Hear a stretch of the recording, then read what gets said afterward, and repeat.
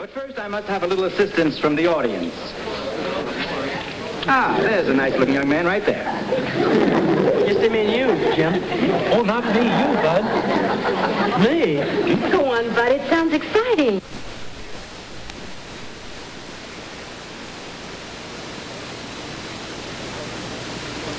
We interrupt this program to bring you further details on the shooting of President Kennedy.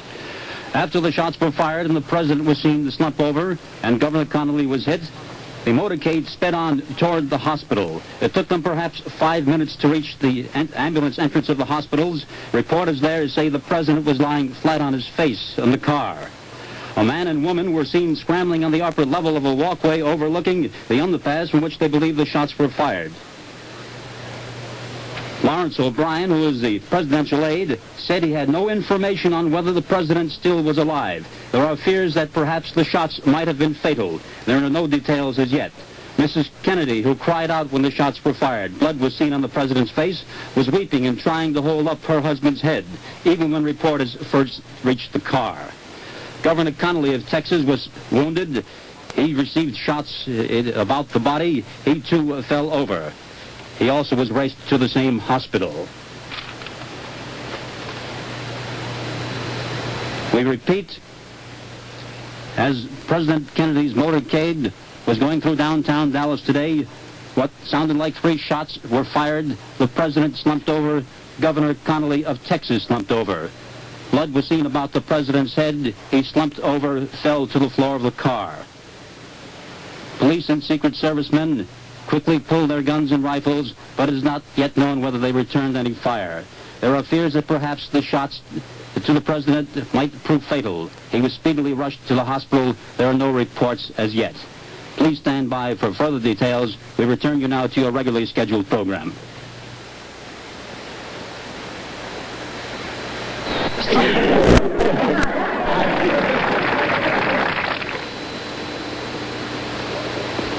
A woman's busy life today, her daily aggravations, her hurry-up meals, can cause heartburn distress due to acid indigestion. The answer? Chews. More women than ever now chew Chews for quick relief because this wonderful antacid in chewing gum form relieves heartburn fast and thoroughly in a way no solid antacid tablet possibly can. This was proven by the famous Chews X-ray test with a woman as the subject. X-ray motion pictures of the heartburn area were taken. Based on these X-ray movies, we made drawings for television. See how solid tablets, even in fragments, skip right on through? Now see how Chews medications become a continual flow of relief because it's in chewing gum form. That's why Chews really puts out the fire of heartburn. Next time your busy life brings on heartburn, put out the fire with Chews, the perfect antacid for heartburn.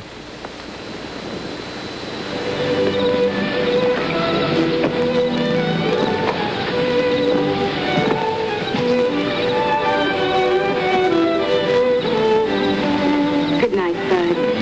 Thanks again for a lovely evening. Well, why don't you just tell me what a dope you think I am? I got it coming to me. Because I don't think you are a dope. Anybody who tries to be 19 when they're only 50 and 6 foot tall when they're only 5'7" is a dope. Well, you know, when you first came to pick me up, I knew you weren't 19. You mean I didn't fool you at all? No.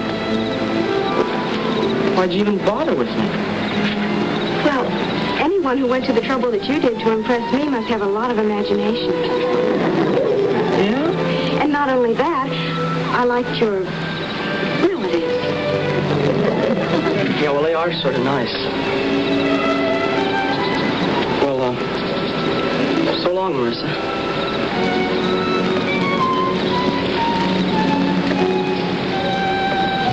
Good night, Bud. Thanks again for the most unusual evening I've ever had.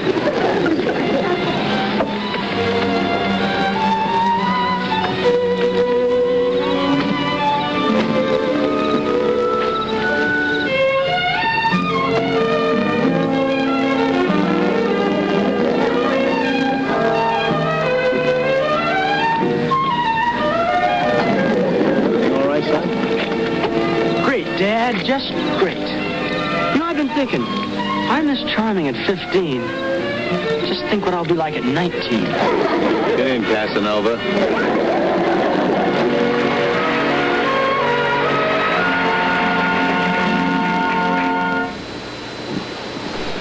Well, it was about 4 months ago that I first tried it. You mean Armstrong one-step? Yes, to see how it cleans and waxes floors all in one application. And what did you find out? It works. You bet I use one-step floor care. And not just because I get done in half the time. Oh? I like the way it gets my floor clean. Not almost clean, but clean. It really picks up the dirt. Does it? Just look at that water. Yuck. One step dries to a beautiful shine. Does it ever turn yellow? No. Is it supposed to? You know, my friends are amazed at how long the shine lasts on my floor. And to tell the truth, I'm amazed myself. Try modern one-step. It cleans and waxes. One-step floor care made only by the maker of Armstrong floors has earned the Good Housekeeping seal and is already used in millions of homes.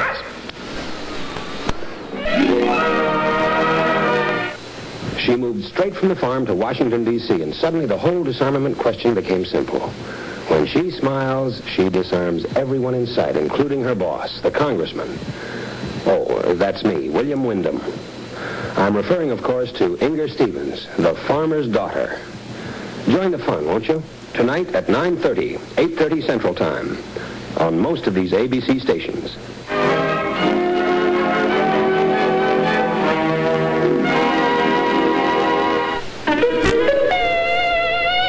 I'm Dan O'Herlihy. Doc faces losing Jimmy when he can't prove he's his son to an unscrupulous schoolmaster on The Travels of Jamie McFeeters. 7:30 Eastern Time, 6:30 Central on ABC.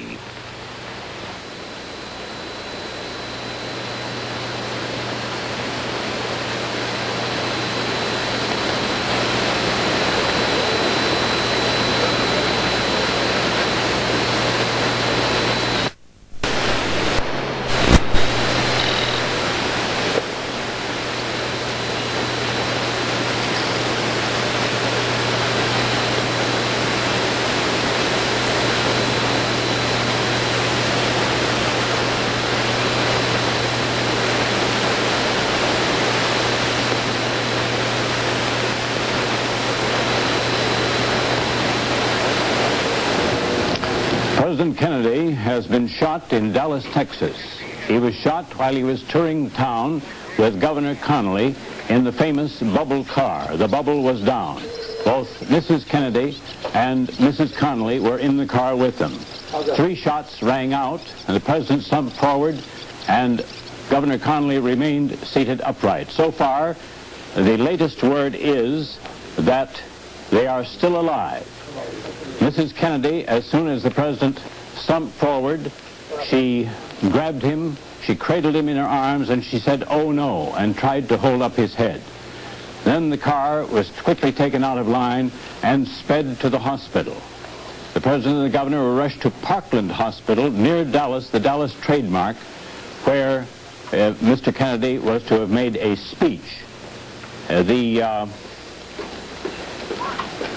Thomas, the latest word is from Representative Albert Thomas of Texas, and he said he had been informed that President Kennedy and Governor Connally were both still alive after having been shot in the assassination attempt. Excuse me, Don, we have a tape from Bob Clark in Texas. Can we ask for that round? Thomas, standing outside the corridor of the emergency room in which both the president and the governor were under treatment, said he had been told that the president was still alive, but was in a very critical condition.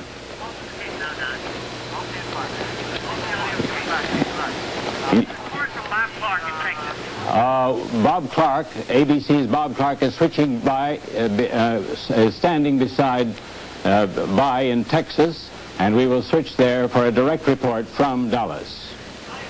presidential motorcade had just passed through heavy crowds in downtown Dallas and was circling through the fringes of the business district when 3 shots suddenly rang out somewhere in the crowd. It was impossible to see from 3 or 4 automobiles back in the motorcade where I was riding with a press pool. Impossible to see immediately what had happened. But the Secret Service pulled out a machine gun and then gave the orders that sped the motorcade at some 60 miles an hour directly to Parkland Memorial Hospital, about 3 or 4 miles away. There was no panic, but shock and, of course, grief by other members of the party who were close enough to see what had happened. When the motorcade reached the hospital, the few reporters riding in the pool leaped out, raced immediately to the side of the president's open limousine. He was riding in one of the White House Cadillac limousines that is carried across the country, used for parades and other presidential processions. The president was lying in the back seat of the limousine, his head cradled in the First Lady's lap. At this stage, there was no official word as to whether Mr. Kennedy was still alive, but he lay motionless on the back seat of the car for some 2 minutes while a stretcher was wheeled out from the hospital. The president was lifted out of the car, placed gently on the stretcher, and wheeled immediately into the surgical area of the hospital. The First Lady followed, holding him with one hand, followed the other members of the party into the hospital. It appeared at this stage that Vice President Lyndon Johnson might also have been struck, though he was riding in a car behind the president. He walked into the hospital, but holding one arm as if he might have been hit by one of the 3 bullets. Governor Connolly of Texas was also wounded seriously, but there is no immediate word as to his condition. The governor lay half stretched out in the front seat of the presidential limousine. He had ridden through the crowds in the presidential procession. Mr. Kennedy had flown from Fort Worth to Dallas and then entered the motorcade at Love Field in Dallas. The crowds along the streets going into Dallas and in the downtown area were extremely large and extremely friendly. A White House press aide riding in the press pool car noted repeatedly the absence of antagonistic signs. There were very few Goldwater signs. I noted one hand-lettered sign held by a young man which said, "I hold John F. Kennedy in utter contempt," but that was almost the only sign in the crowd that indicated any bitterness toward the Kennedy party. The shots rang out as the motorcade had entered an open area just beyond the main downtown business district. It was impossible to determine where the shots had come from. The immediate interest of the Secret Service, of course, was in protecting the president at that stage, while some Secret Service men must have peeled off to try to track down the assassin. The main group of Secret Service men traveling with the president sped on with him to the hospital.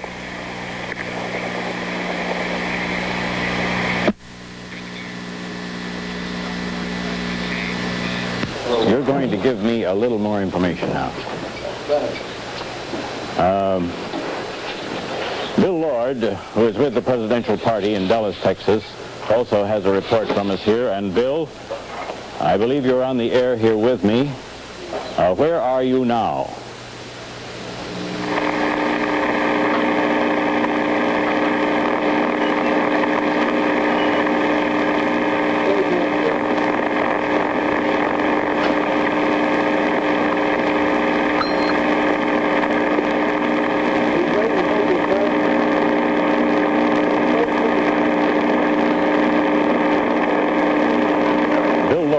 Repeating just a moment, Bill. Bill Lord is telling us from the sheriff's office just around the corner from the position in Dallas where President Kennedy and Governor Connally was shot, that the police have a suspect which they are bringing in and which the police radio is now announcing in Dallas. Bill, do you know what the president's condition is at the present time?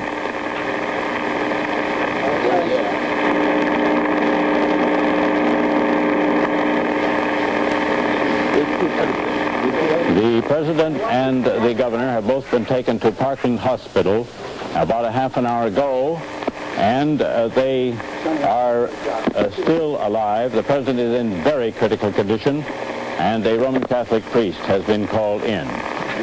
Also, every specialist in Dallas and every specialist in the country, of course, will be alerted to be there. The president is in the emergency room, and the governor is also being attended there. Don.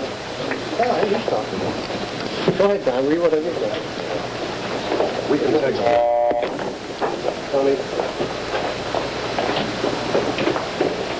Bill Lord in Dallas tells us that they also have several witnesses down there who witnessed the tragedy this afternoon when President Kennedy and Governor Connally were cut down by assassins' bullets in the famous bubble car of the president's as they toured Dallas on the way to a supermarket where the president was to be speaking.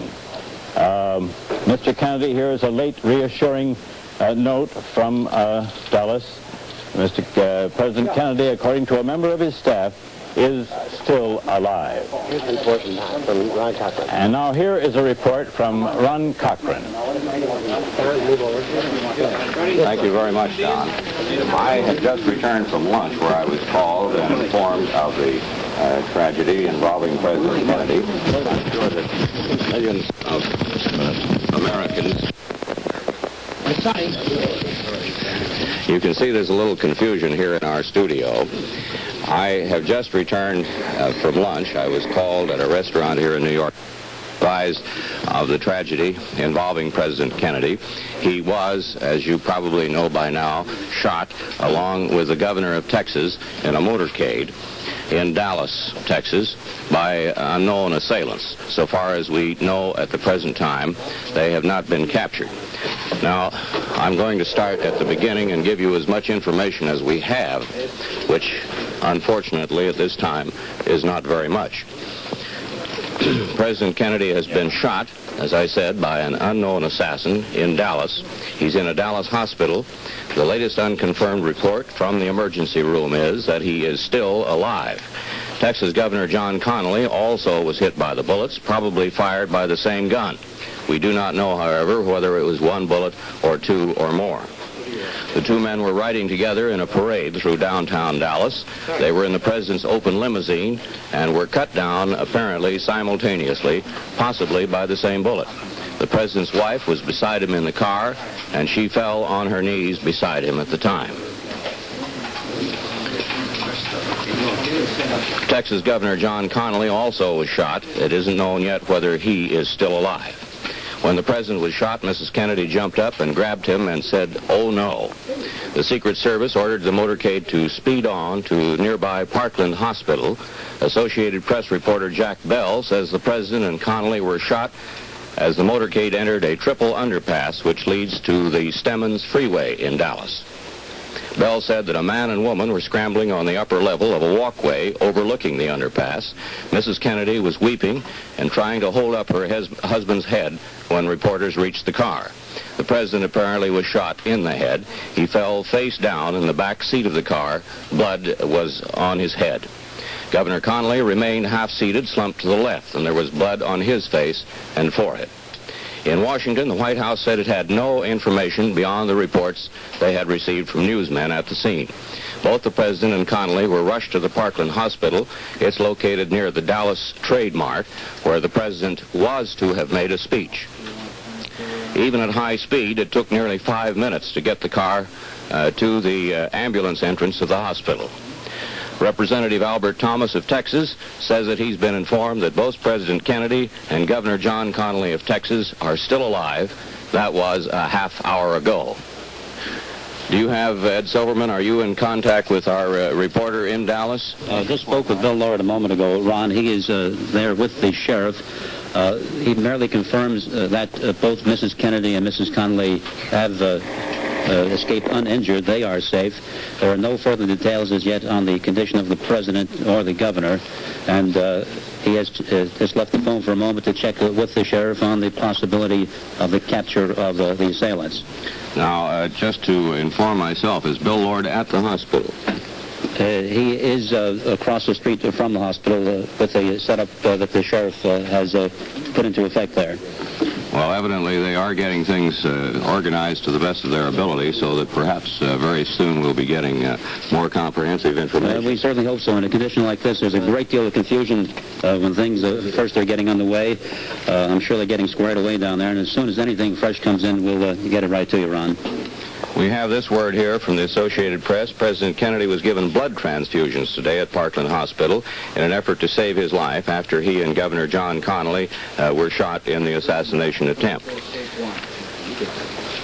Now we'll go through some of the other wire service information which has reached us here. Representative Albert Thomas of Texas said that he was informed that President Kennedy and Governor John Connolly are both still alive. That was more than a half hour ago. We had some information regarding the persons who possibly might have fired the shots that struck the president and the governor. It says, according to the United Press International Service, at the top of a hill, a man and a woman appeared huddled on the ground. In the turmoil, it was impossible to determine at once whether the Secret Service and Dallas police returned the gunfire that struck down Kennedy and Connolly. It was also difficult to determine immediately whether the First Lady and Mrs. Connolly were injured. Both women were crouched down over the inert forms of their husbands as the big car raced toward the hospital. Mrs. Kennedy was on her knees on the floor of the rear seat with her head toward the president. The Senate in Washington has recessed.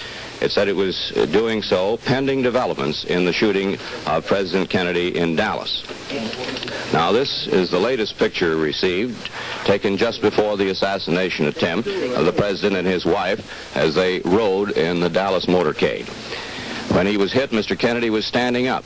He fell back over the seat of the car, and Mrs. Kennedy immediately bent over him, cradled his head in her arms. Her cry of, "Oh no, oh my God," was the first realization of the reporters on the scene what had happened. We'll show you more pictures as we receive them. These pictures come into our ABC News headquarters here in New York by wire, and we'll undoubtedly be receiving other pictures from time to time. The photograph was taken as Mr. Kennedy applauded when his wife was introduced at a Chamber of Commerce breakfast in Dallas this morning. That's the most recent picture that we have. This was this morning at a Chamber of Commerce breakfast in Dallas. That's the picture that you see now. Now, simply to recap and we're going to stay on the air here in an emergency circumstance, as I'm sure you can see. Everybody poured into the studio the minute that that word came. We're going to keep the air here to bring you any late news as it arrives. But just to recap the information that we have thus far, President Kennedy and Governor Connolly of Texas were shot by unknown assailants, would-be assassins, as they rode in a motorcade in Dallas, Texas today. The president is said to be in critical condition at the hospital. He evidently was shot in the head. We do not know any more than that regarding his condition at this time. We expect to receive it hopefully within the next few minutes. Some information from the hospital as to his condition. We understand that a priest was called to the hospital, although that does not necessarily mean anything too discouraging. It be more or less routine for a priest to be called under such circumstances, and it does not necessarily mean, of course, that the president's condition is so bad that they feel that last rites must be administered. Mrs. Kennedy, incidentally, apparently is safe, and Mrs. Connolly also. Both women disappeared into the emergency section of Parkland Hospital to await the news of their husbands. Outside the emergency room, in a buff-walled hallway, anxious members of the White House staff gathered, including Major General Chester Clifton, the military aide to the president, and Brigadier General Godfrey McHugh, the Air Force aide. Also standing by in the emergency is Mrs. Mary Gallagher, the personal secretary to the First Lady. Take one. Although Dallas is regarded as a center of strong political opposition to President Kennedy, and of course it was only recently that you'll recall that Ambassador Adlai Stevenson was more or less personally attacked by a group of radical rightists in Dallas after he had addressed a group there. The heavy street crowds between Love Field Airport and the scene of the shooting apparently was overwhelmingly friendly. There were numerous welcome Kennedy signs, but a few were anti-Kennedy. Ron, excuse me for interrupting. About the only thing that's fresh that Bill Lord has to report, he is with the sheriff there.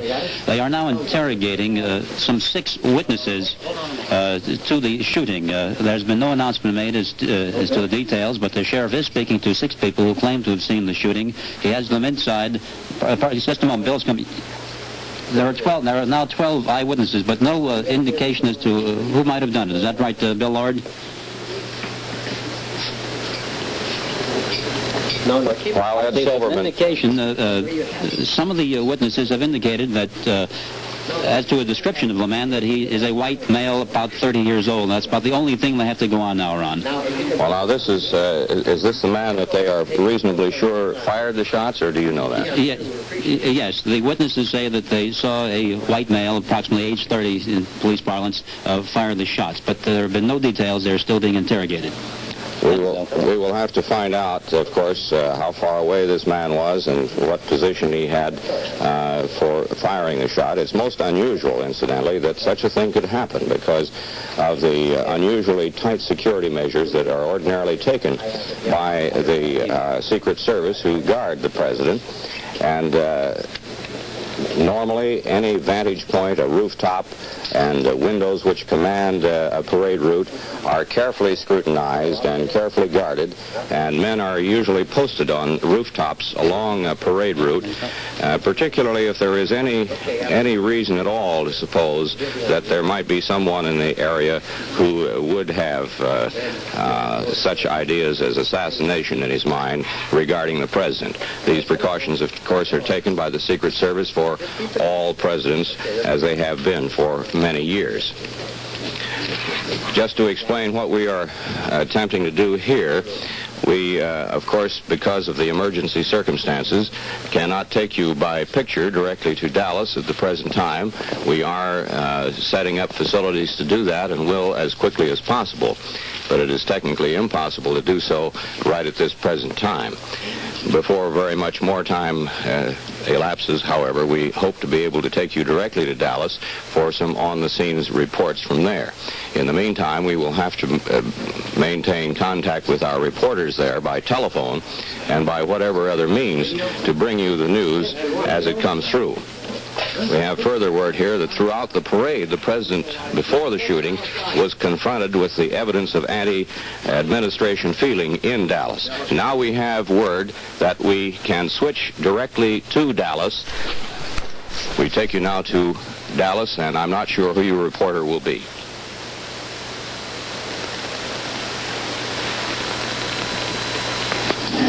Please, I know you want here, so Ron knows what he's saying.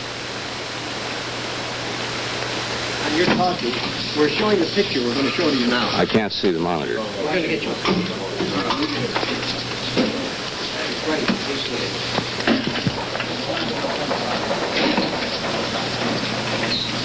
Just take the picture, Jimmy. This is from Dallas, Texas. Come on, Ray. Come on, let's go. Hey, get the video here. Have I got audio here? Yes, you're on. You're on the air. You're open, you're on. I understand that I am still on the air. I was not quite sure whether you could hear my voice. But you are now receiving a picture directly from Dallas. I'm not sure what you're seeing there. This is one of the speakers at a meeting where the president appeared this morning. We are, of course, operating at the present moment under extreme emergency conditions, and we must apologize for not being able to, at this time, bring you direct pictures of the scene of the motorcade where the incident occurred.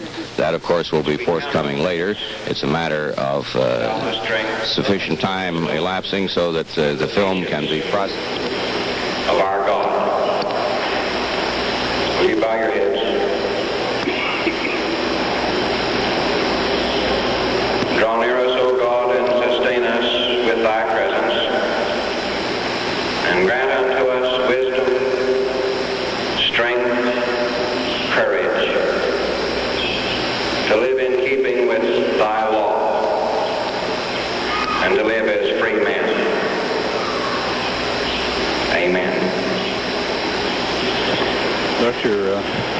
Dickinson, the pastor of one of the largest Methodist congregations in the world. The word was not given to the crowd, but we understand that the president is dead. This we do not have an absolute confirmation on, but this is the word that we have. As we said a few minutes ago, he apparently died in the operating room at Parkland Hospital, which is the city-county emergency hospital here, located about 1.5 miles from this building. The president and his party have been in Texas now since yesterday. They arrived in San Antonio, then to Houston, then to Fort Worth last night. He walked into a big crowd of some 6,000 to 8,000 this morning in a parking lot in downtown Fort Worth. The fears here were that had the president had a problem in Dallas, it would have been at the airport upon his arrival. But nothing went wrong there. There were some pickets, there were some demonstrators, but the president, in his charming manner, moved into the crowd with his wife by his side and greeted and shook hands for quite some time there at the airport. Then, and again, we go back to this business of here, we have been forecasting rain in Dallas for the last couple of days, and this morning was one of those dreary mornings. There was fog, there was rain, the clouds hung low, and the weathermen had the forecast that this would hold through this afternoon. But then as the morning wore on, the clouds broke away, and when the president's big jet set down right on schedule at 25 minutes before the noon hour Central Time, the sun was bright, the crowds were out, the bubble plexiglass cover for the president's limousine was put away, and the president and his wife and the governor of the state of Texas rode in the open car. All went well past the airport, down Mockingbird Lane to Lemon, down Lemon Avenue to Turtle Creek on into Cedar Springs down to Harwood, the crowds out to see the president, then down to Main Street, up Main, and just as the presidential motorcade started to enter the triple underpass at Houston Street, shots rang out. The president, as we have it now, mortally wounded. The governor of Texas, John Connally, who served as Secretary of the Navy in Mr. Kennedy's cabinet when Mr. Kennedy first assumed the high office, is wounded. He was shot in the chest. A Secret Service agent whose job it was, as with his others, fellow agents, to guard the life of the president, killed instantly. 3 shots fired and 3 people hit. The president apparently dead. The governor of Texas wounded. We don't know how seriously. A Secret Service agent killed on the spot. This is not confirmed, the death of the president. We have it on what would normally be good authority. But until the word officially comes, there is no way to know. The crowds have emptied now, and this big market hall that was to have been the site of a festive day for the president, for his wife, and the vice president and his wife, and the governor and his wife, and the many Texas congressmen, now being emptied and most of the meals left untouched. There had been a rhubarb here for a couple of weeks over who would sit at the head table. And finally, at the last minute, a protocol expert was called in, and the head table seating arrangement became final as of this morning.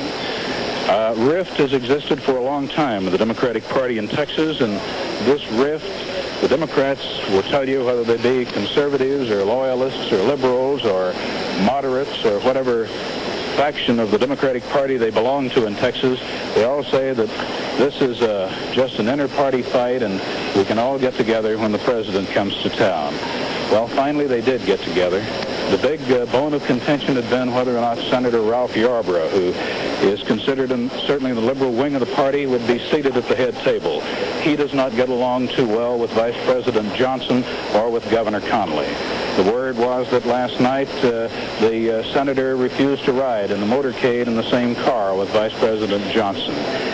But today, all was to have been pretty much peaches and cream, as it were. They were all going to sit at the head table and break bread together on this Friday, the 22nd of November. And then, before they could ever reach this market hall, the word is that the president has been killed, that one of his agents is dead, and the governor of Texas is wounded. From the Trade Mart in Dallas, Texas, this is Eddie Barker.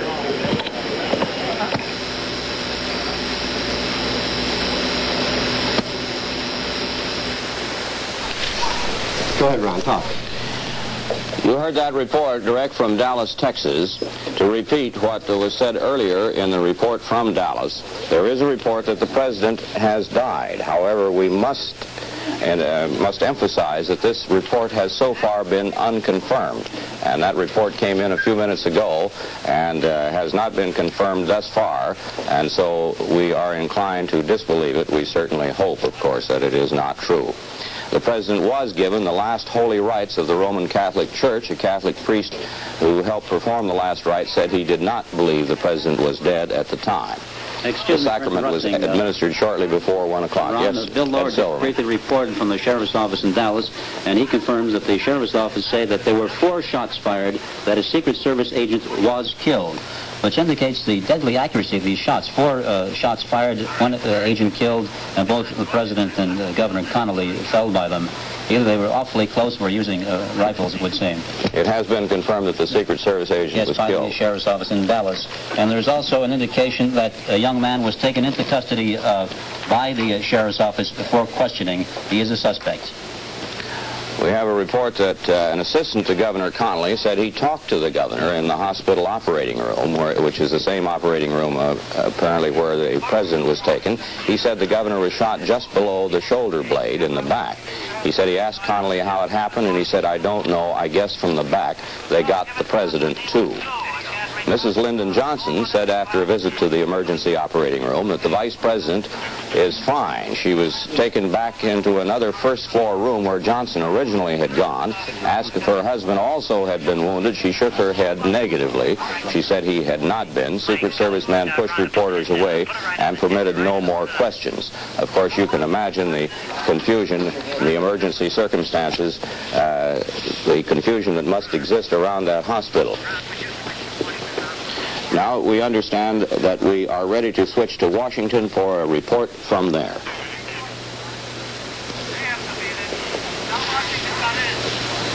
We are ready to go to Washington. Come in, Washington.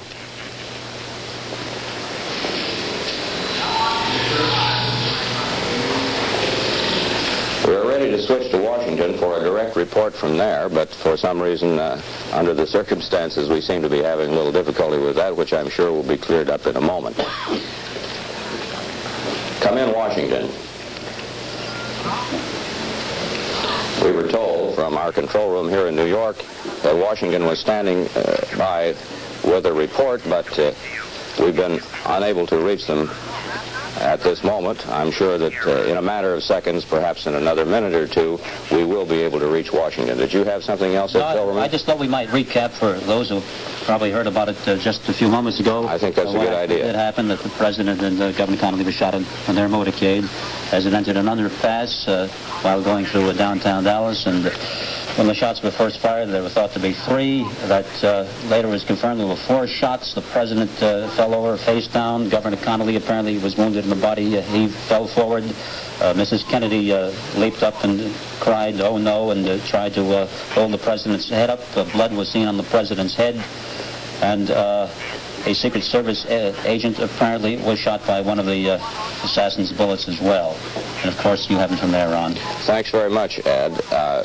In case you did join us late or had not heard the news, those are the facts so far as we know them up to this time. And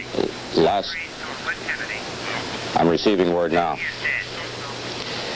We have received word that 2 priests who were with the President have reported that the President is dead.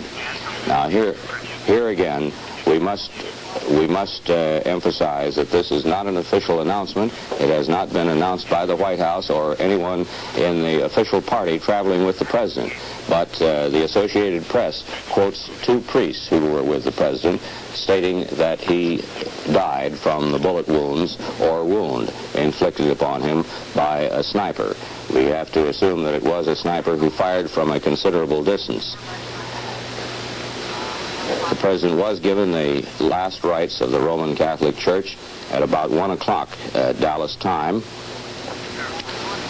And at that time, the first reports were that the President was still alive. However, this latest word says that the priests were under the impression the President was dead at the time the last rites were administered.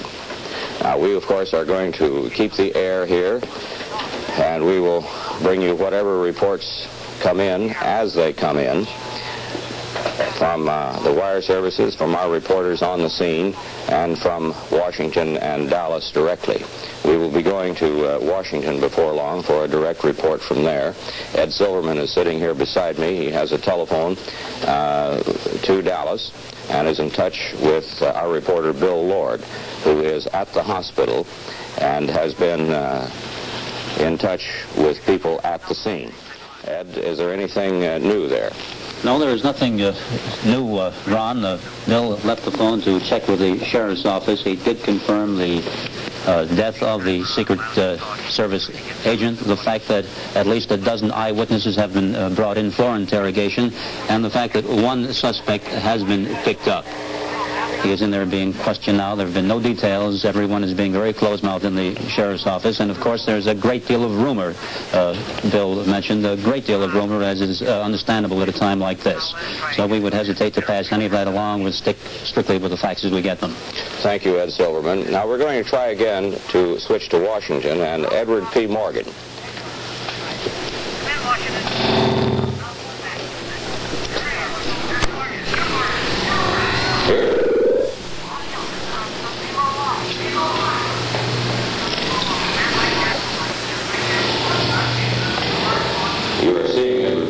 But at the moment, unfortunately, you are not hearing him. We will get that problem straightened out shortly. We have a report that Senator Edward Kennedy, the President's brother, was presiding over the Senate today when word came that the President had been shot. An aide informed him, and he rushed out of the Senate chamber. Attorney General Robert Kennedy, the President's younger brother and closest advisor, was having lunch at home when the word came of the shooting. The President's personal secretary said the Attorney General was remaining at the Kennedy Hickory Hill estate in McLean, Virginia, awaiting further word. Newsmen carried the word to House Speaker John McCormick at a luncheon table in Washington. He said, "This is terrible. All I can say is that it is a terrible thing, and all Americans of all religions and faiths are praying for the President and Governor Connolly." Now, I'm just thinking of all the people now we're receiving a report here. The United Press reports. The United Press reports that the president died at 1:35. That would be 1:35 Eastern Time, I presume. That would have been about 1:35 Central Time. That was only about 2 minutes ago. Now, that, again, is a United Press International report. It is not attributed. We do not know whether that is an official announcement by anyone in the Kennedy party. We have another photograph of Mr. Kennedy in the motorcade, which was taken minutes before the assassination attempt. This is a still photograph of the president in the motorcade. You see he's riding in an open car, and we're informed at the time that the shots struck him, he was standing in that car. Unfortunately, apparently making a good target for the sniper, who was hiding somewhere and may have fired from a considerable distance, probably with a high-powered rifle, considering the accuracy with which he shot. And also the fact that one of the Secret Service agents was killed. The Secret Service agents normally walk directly beside the car on either side. We do not see any in this photograph, but usually 2 or 3 Secret Service agents will walk on either side of the car so that they are there to spot anyone who looks like a troublemaker. Government sources now confirm. We have this from Washington. Government sources now confirm that President Kennedy is dead.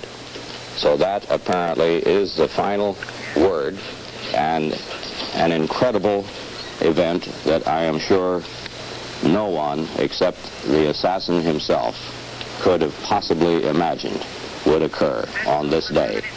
The President and Mrs. Kennedy had gone to Texas in a speaking tour, which was to be, in effect, more or less the beginning of the President's 1964 campaign. It was a trip in which it had been hoped he would bring the various dissident forces in the Democratic Party in Texas together and heal up some of the political wounds that had existed there. Instead, it ended in tragedy with the President's death. We have no word as to the condition of Governor Connally, although of Texas, who was also shot, although evidently he was not as seriously wounded and apparently is still alive. The President was shot in the head. Ed Silverman, do you have further word? There is a report from Dallas. One of the TV newsmen covering the motorcade says that he looked up just after the shot was fired and saw a rifle being withdrawn from the 5th or 6th floor window of a nearby building. So apparently it was caused by rifle fire. Here's another report, Ron, which just came in. This one says Senator Ralph Yarborough of Texas, a Democrat, talking only a few minutes before...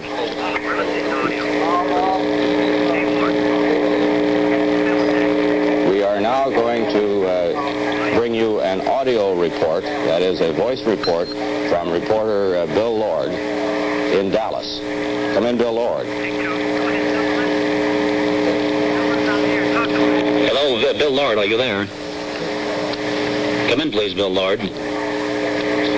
Well, Bill was at the other end of this phone a moment ago. He has been at the sheriff's office. Apparently, he had to leave the phone for some urgent announcement.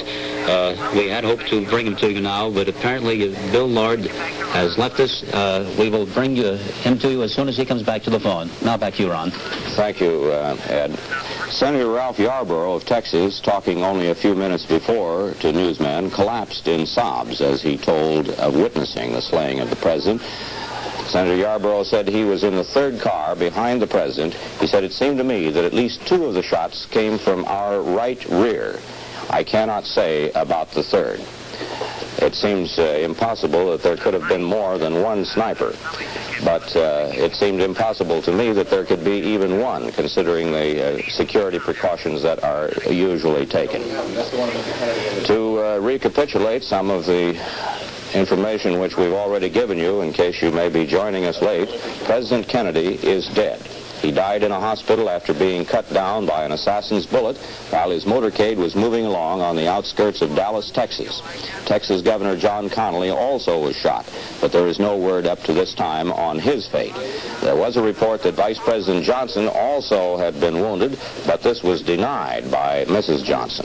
First word of the president's death came from two priests as they left Parkland Hospital's emergency ward where the president was taken.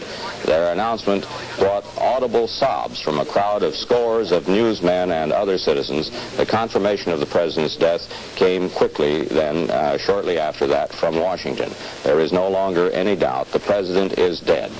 The vice president himself, Vice President and soon-to-be President Lyndon Johnson, is somewhere in the hospital, but it's impossible to determine his precise whereabouts right at this time. He's reported, of course, badly shocked by the shooting. He was in the motorcade with the president. Doctors were trying to keep him as quiet as possible. He was under heavy Secret Service and police protection. Throughout the Texas Strip, when Kennedy and Johnson had been in the same motorcade as an obvious security measure, they had ridden in separate cars so that both of them would not be injured at once in the event of just such an occasion. Now we take you directly to Dallas. Depository building. I headed for there right after the shots. And they weren't letting anyone... Pierce, excuse me here. We have our tape ready to roll. You're on the air. You're on network feed. We are feeding now. Very good.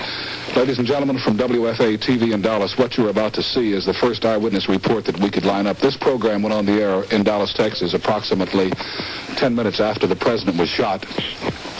Then after that, we will have film that is completely unedited that was made, and and frankly, we do not know what's on the film.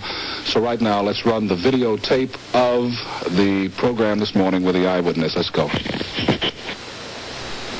About 10 or 15 minutes ago, a tragic thing, from all indications at this point, has happened in the city of Dallas. Let me quote to you this.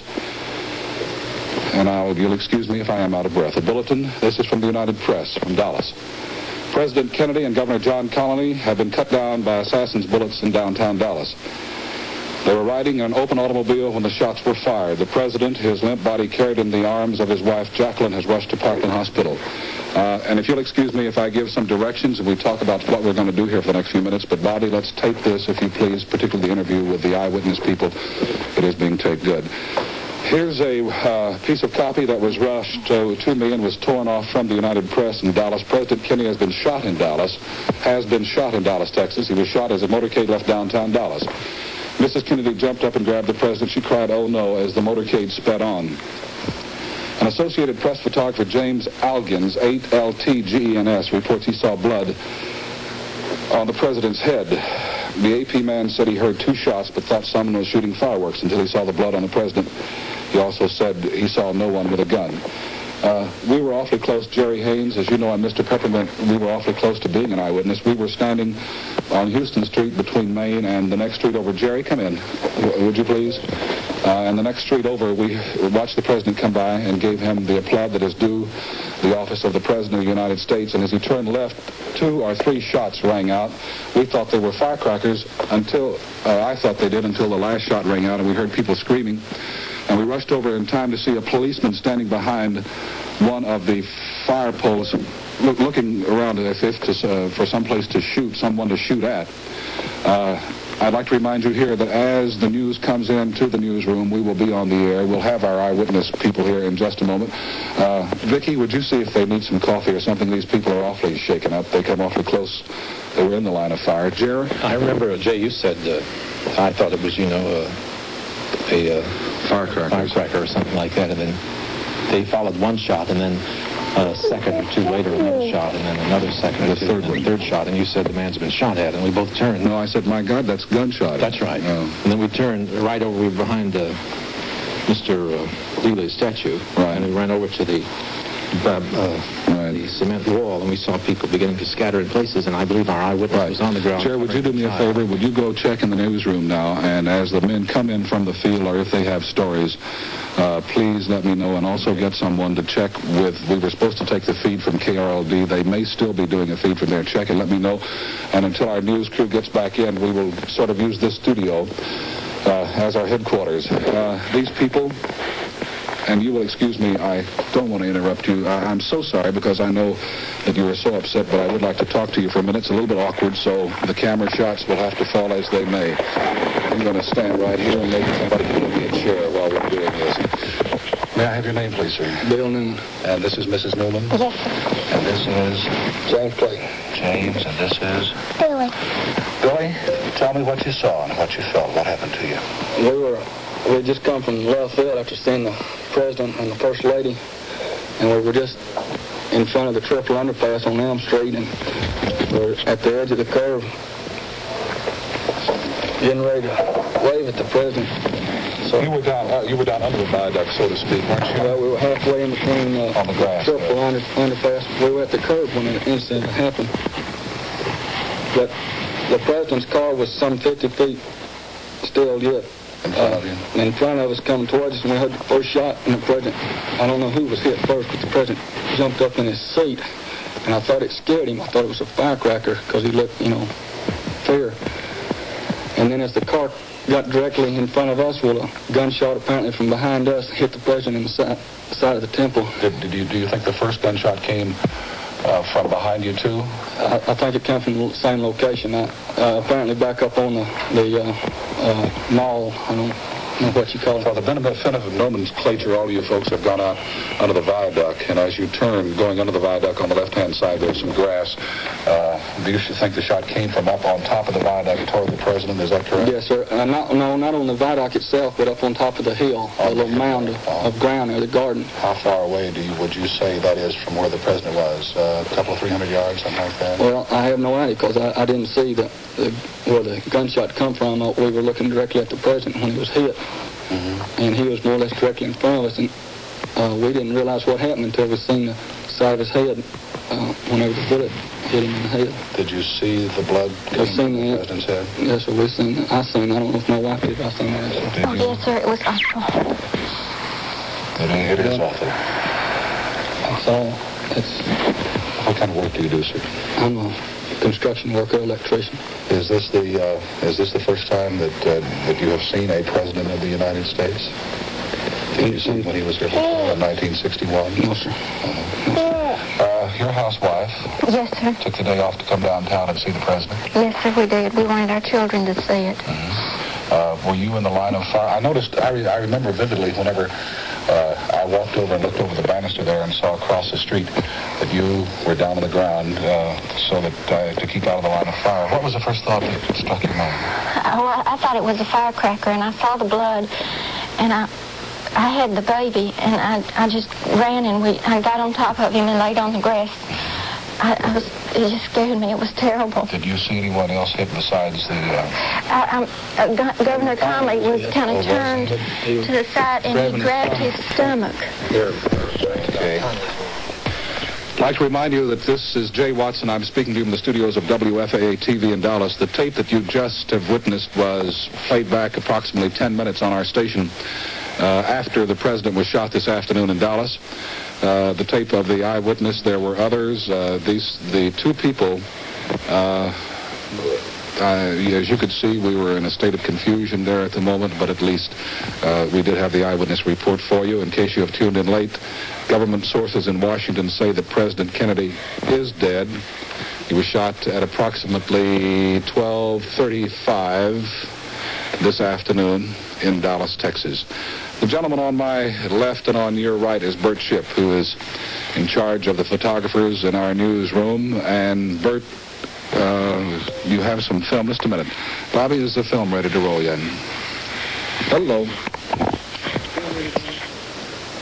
No, they're queuing up the film now that Bert took at Parkland Hospital, as I understand it. Jay, it's going to start out some brief scenes at the Market Hall, or at Trade Mart, where the President was due to arrive. It's about probably a mile from the scene of the downtown shooting.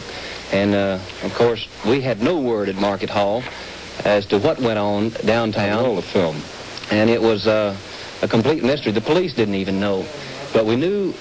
As you'll see about halfway through the film, the police went on past the Market Hall area, or Trade Mart rather, and on it to Parkland Hospital.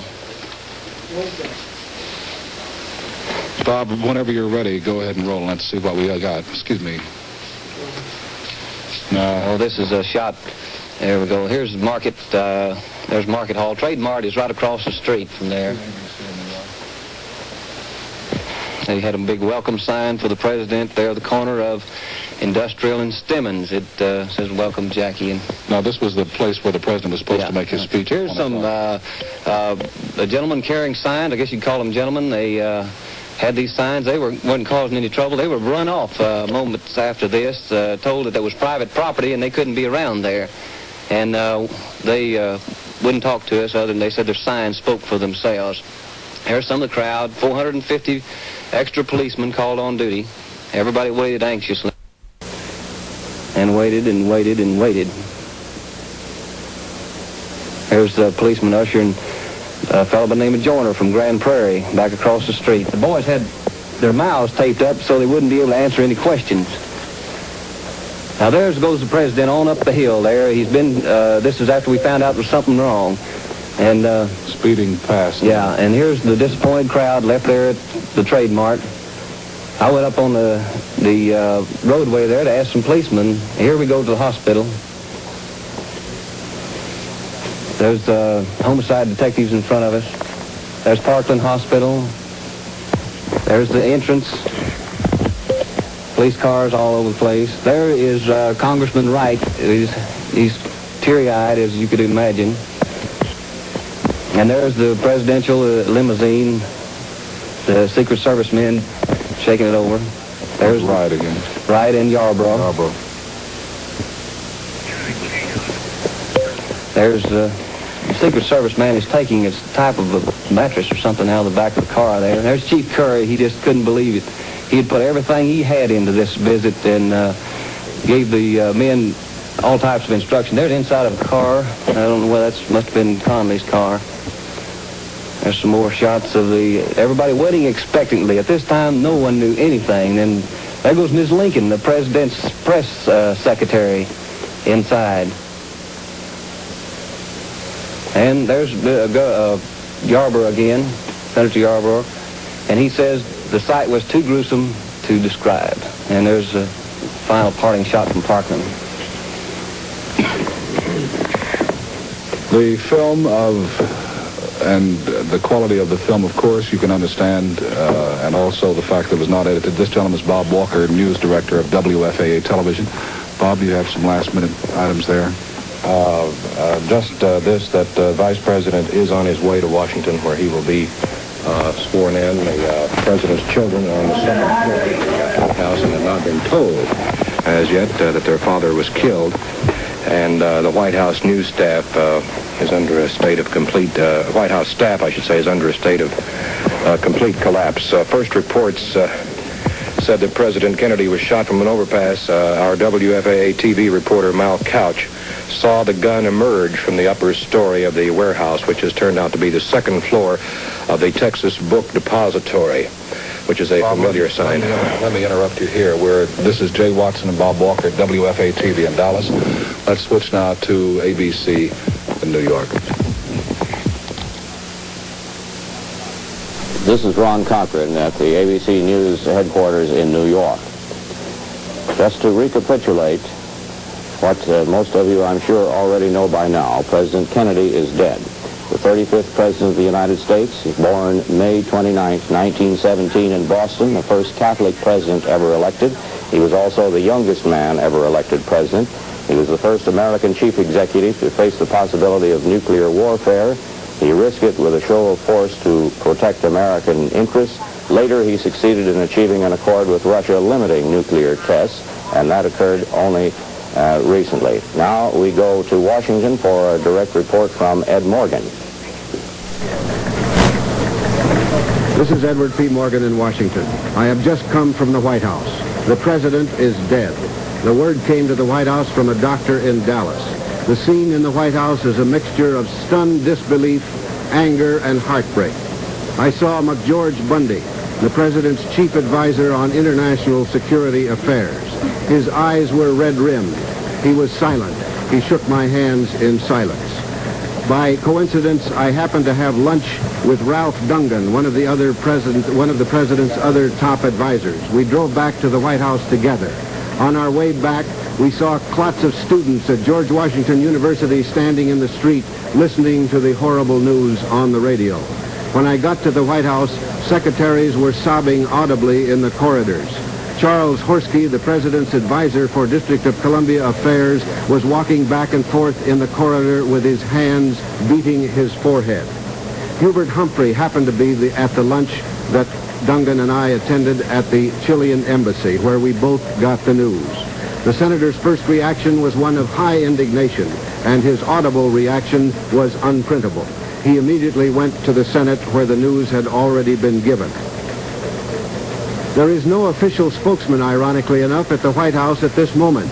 Pierre Salinger, the president's press secretary, is not in Texas, but at last reports was on the way in the air from Honolulu to Tokyo with Secretary of State Dean Rusk. At this moment, it seems hardly the time, and yet the inexorability of events make it necessary to report what the order of events is now. Vice President Lyndon Johnson will be the next president of the United States. According to the processes of the law, he must be sworn in as soon as possible. Calvin Coolidge was sworn in New England at midnight, as I recall, after Warren Harding had died in San Francisco of blood poisoning. Harry Truman was sworn in, you may remember, in Washington in April 1945 after Franklin D. Roosevelt had died of a stroke in Warm Springs, Georgia. This news at this point has so stunned the Capitol that there is no rational progression of events. Nobody is thinking about much of anything except the indescribable, incredible fact that the man who came out of Fort Worth with his customary PT boat vigor at 7 o'clock this morning, made 2 speeches in Fort Worth, and then went on to Dallas, is now a man in his 46th year, the youngest president of the United States ever to be elected as such, the first Roman Catholic ever to be elected as such, is dead. This is Edward P. Morgan in Washington. You got it, New York. This is Ron Cochran in the ABC News headquarters in New York. Senators, we're told, crowded around 2 news tickers waiting for word of the shooting. Many of the senators remained slumped in their seats on the floor until Senate Democratic leaders called the Senate back into session. Senator Richard Russell of Georgia said the whole nation is shocked by this dastardly crime.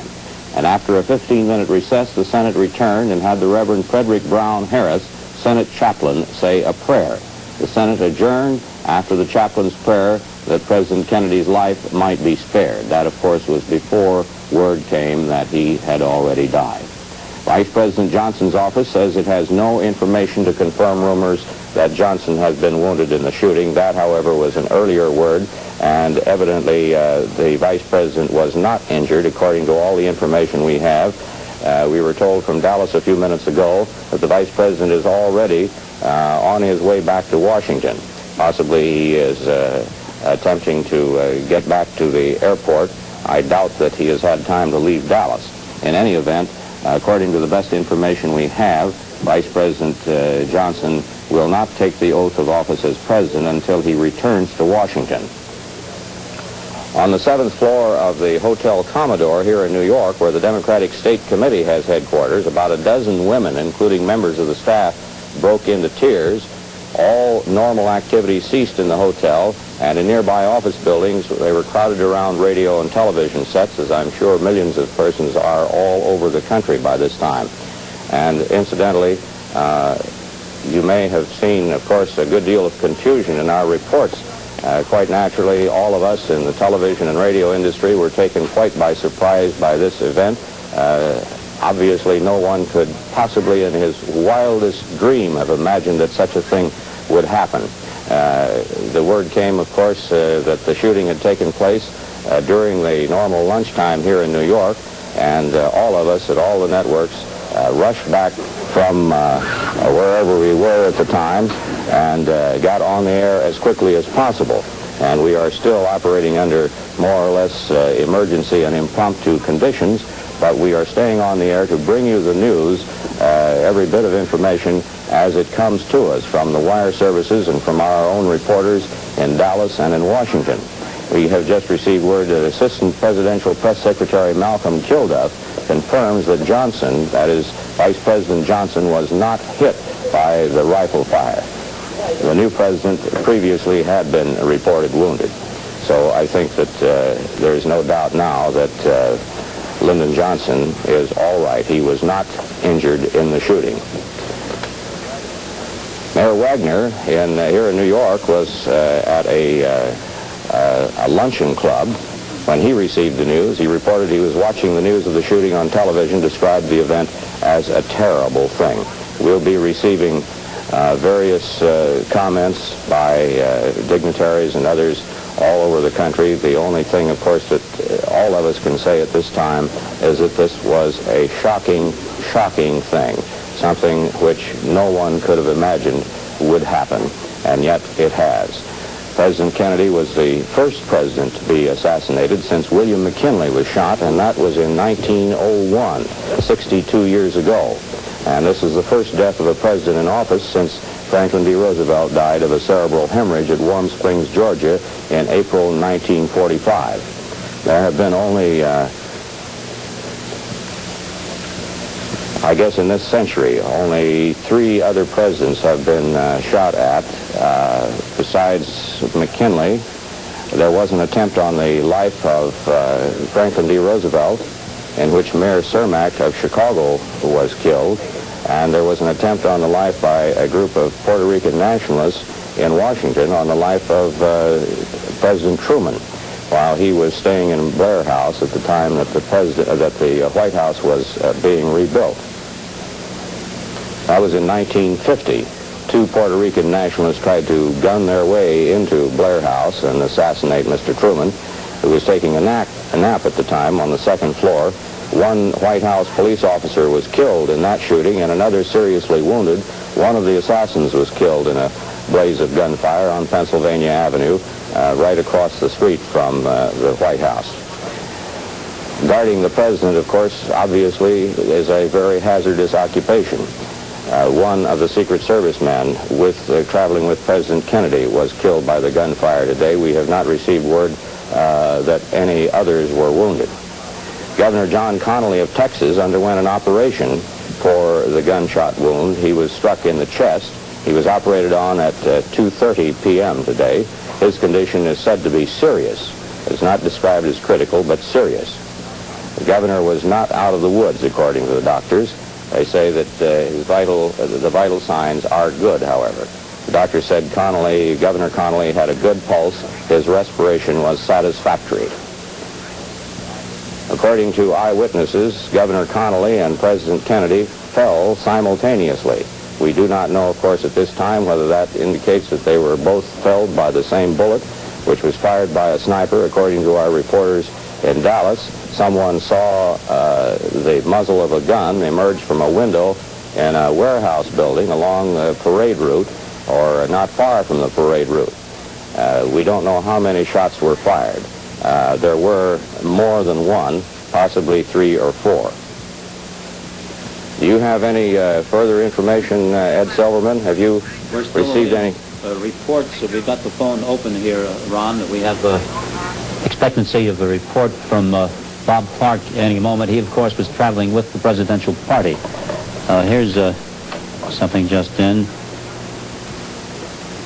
It's a report out of Washington, of course, reporting that 6 members of President Kennedy's cabinet were out of the country flying to Japan when the president was killed today. They were an hour and a half out of Honolulu. The secretaries were advised of the killing, and of course they immediately turned back. They're expected to speed directly back to Washington. Now, this party was on its way to a meeting with members of the Japanese cabinet. Now, in the party en route were Secretary of State Rusk, Secretary of Commerce Hodges, Secretary of Labor Wirtz, and Secretary of the Interior Udall, and Secretary of Agriculture Freeman.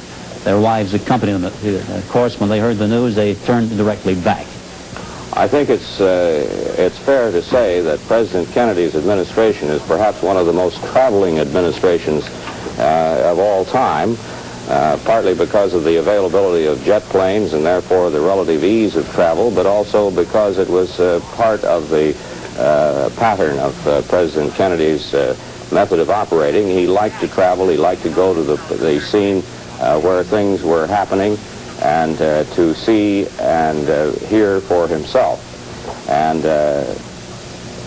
partly because of the President's own inclinations in those directions, there was a great deal of traveling done by him and his staff, but also he surrounded himself with people who seemed to like to travel. And it is ironic that this event should occur at a time when the White House staff, the official White House staff, was largely depleted. You heard earlier that Pierre Salinger, the President's news secretary, was on his way to Tokyo, and many of the other top-ranking officials of the White House were not at their desks, not even in Washington, so that this did perhaps slow up the transmission of news, considering the President somewhat. We have word that the Russian news agency, TASS, carried a flash on its international English language radio teletype circuit at 2:45 p.m. today. The flash said it has just been officially announced that United States President John F. Kennedy has died in a hospital after an attempt was made on his life by persons, as believed, from among the extreme right-wing elements. The identity of the assassin or assassins, we do not know whether it's more than one person. The identity has not been established. Sheriff's officers in Dallas took a young man into custody at the scene and questioned him behind closed doors, we're told. And a Dallas television reporter said he saw a rifle being withdrawn from a window. You heard that on our broadcast here a few minutes ago. He said it was on the 5th or 6th floor of an office building shortly after the gunfire. Kennedy was shot at 1:25 p.m. Eastern Standard Time. We go now to Don Goddard. With me in the studio here is a man who spent 8 years as press secretary for President Eisenhower and is used to the precautions taken for the president's safety. And he is Jim Haggerty, now vice president of ABC Paramount Pictures. Jim, what security measures would have been taken in this case? Well, Don, whenever the president goes any place, there is always an advance party of Secret Service men that go out into the area. They work closely with the local municipal police, with the sheriff's department in the county, and with the state police.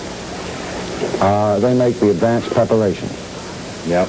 During a motorcade where this terrible thing happened, there is always the driver of the presidential car is a member of the Secret Service. Sorry to interrupt, Jim. We'll get back to this. Right. We have a phone call from Bob Clark in Dallas. Back to Ron Cochran. Stand by, please. Hey, Nick. Bob, stand by, please. We were having a little technical difficulty. All right, Bob, yes, we are on the air now, Bob. Would you give us a recap of all that you know, please? Well, first, the president's body has just been taken to Parkland Memorial Hospital to a Dallas funeral home. The body, in a sealed brown casket, was wheeled out of the emergency ward where the president has been since he was admitted to the hospital about an hour and a half ago. Mrs. Kennedy walked quietly by the side of the casket as it was placed in an ambulance waiting outside the hospital. Bob, there have been reports that there was a possibility that Mrs. Kennedy and Mrs. Connolly might have been wounded. Anything to that report? One of the women in the were wounded.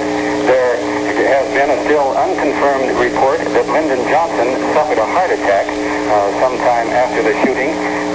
The only thing I could add to this, I was at the side of the president's limousine when the president's body was lifted out of the car and placed on a stretcher and taken into the emergency ward. At that time, oddly, the vice president appeared to be clutching his chest. He preceded the president into the hospital, which seemed an unusual thing to do. Normally, you would have expected that he would have stood at the side of the president. So this might lend some credence to the reports that the vice president may have suffered a heart attack. Is he now en route to Washington? he is en route to Washington. We have this further word from Mrs. Johnson, who left the hospital here about a half an hour ago, said only one word when she was asked about the Vice President, and that was that he was fine. Has anyone seen Mrs. Kennedy recently? How is she taking it? Is she in a state of shock? Is she under sedation? Walked within a half dozen feet of me just 3 or 4 minutes ago as the President's body was taken out of the hospital. I didn't get a clear look at her face. Obviously, she is grief-stricken at this stage, but she was walking calmly by the side of the casket as it was. We heard the shots very clearly, but it was almost inconceivable at that stage that this was an assassination. About no more than 2 or 3 seconds elapsed before the car that the President was traveling. This was an open limousine that had been sent out from the White House fleet in Washington. This car came to an immediate stop. The Secret Service follow car. Some of the agents piled out, then almost immediately leaped back in. We saw one of them pull out a submachine gun. They leaped back into the car, and the motorcade took off very rapidly. It had just entered a thruway. The motorcade did something like 60 miles an hour to Parkland Memorial Hospital, which is some 3 or 4 miles away. The car I was in kept up with the motorcade. We were some 50 feet behind the car carrying the President when he entered the hospital grounds. We, of course, all out of the car, went immediately to the side of his car. At that point, the President was lying prone in the back seat of the car, his head cradled by Mrs. Kennedy. He was holding one hand over his head. Apparently, he had, when he had been shot, he had touched his hand to his face. He was absolutely motionless. I think someone who was more experienced at this sort of disaster might have recognized immediately that the President had been mortally wounded. I stood at the side of the car for some a minute or two while a stretcher was wheeled out. During this period, the President made no motion at all. The First Lady, again, sat rather holding his head. Then he was lifted by 3 or 4 Secret Service agents, again with Mrs. Kennedy standing by, actually pulling on to him during this period. He was lifted by the agents and placed on the stretcher, wheeled immediately into the emergency ward of the hospital. At this point, Governor Connolly, who had also, of course, been shot and is still in critical condition, was lying sort of half stretched out in the front seat of this the same open limousine. The only persons besides the Secret Service agents in the car with the President were Governor Connolly, and the First Lady. When the President was wheeled into the hospital, Governor Connolly was still lying, again, half stretched out on the front seat of the car. I was surprised at this stage. I had noticed while we were waiting for the stretcher to be wheeled up for Mr. Kennedy, the Vice President, who had been traveling in a car behind the President, had gotten out, and with someone by his side, the Vice President appeared to be clutching his chest. He walked into the hospital, perhaps a minute or so before Mr. Kennedy was placed aboard the... There have since, of course, been unconfirmed reports that the Vice President has suffered a heart attack.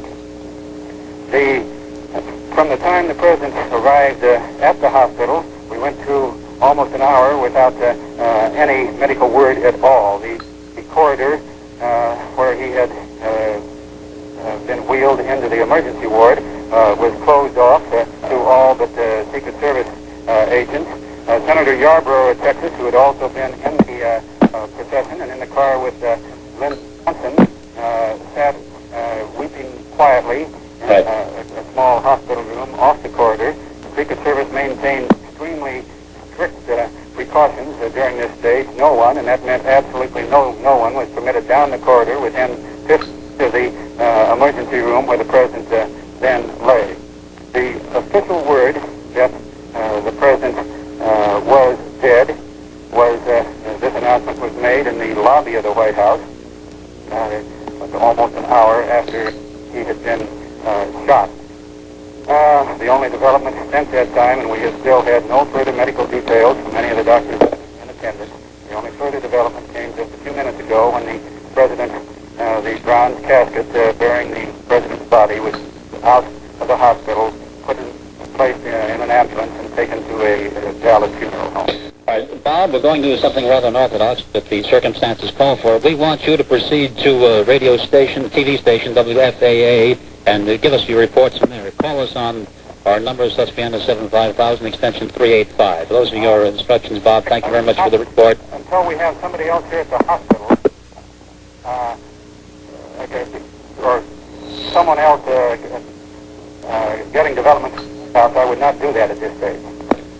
Okay, we'll abide by your decision then, Bob. You keep us posted. Anytime you have anything fresh, give us a call. We'll put you on.